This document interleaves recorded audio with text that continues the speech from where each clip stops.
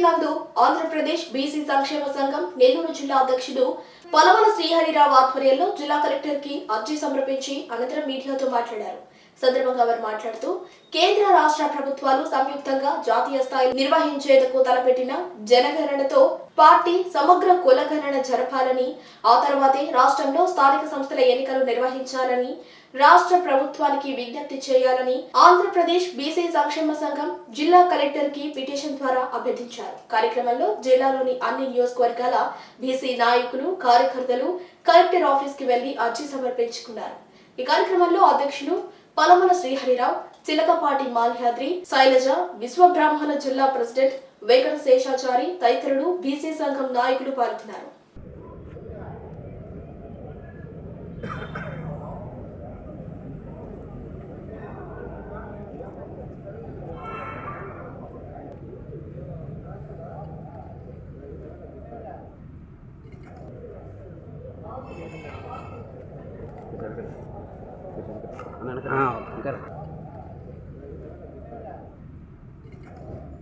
కుల జనగణన మనం దగ్గర ఒక 10-15 ఇయర్స్ నుంచి అడుగుతున్నాము.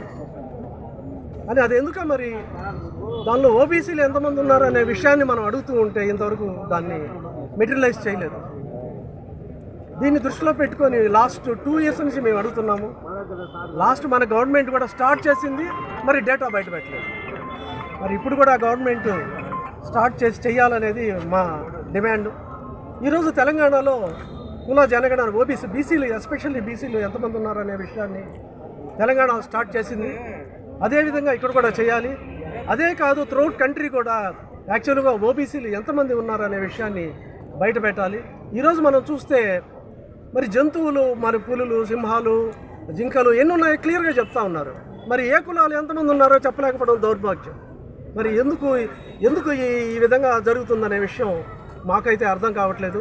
ఇప్పటికైనా కళ్ళు తెరిచి BJP government, especially BJP government, మన మోడీ గారు బీసీ అయ్యిండి కూడా ఈరోజు మరి దాన్ని ఇంతవరకు మరి కుల జనగణన చేయలేదు అని అంటే చాలా దౌర్భాగ్యం.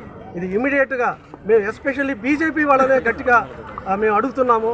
ఒక పక్క బీసీ కుల గణన చేయండి అంటే economically weaker section for forward caste తీసుకొచ్చారు, కానీ మరి వాళ్ళకి డేటా లేకుండా ఎలా ఈరోజు వాళ్ళకి రిజర్వేషన్ ఎలా ఇచ్చారు?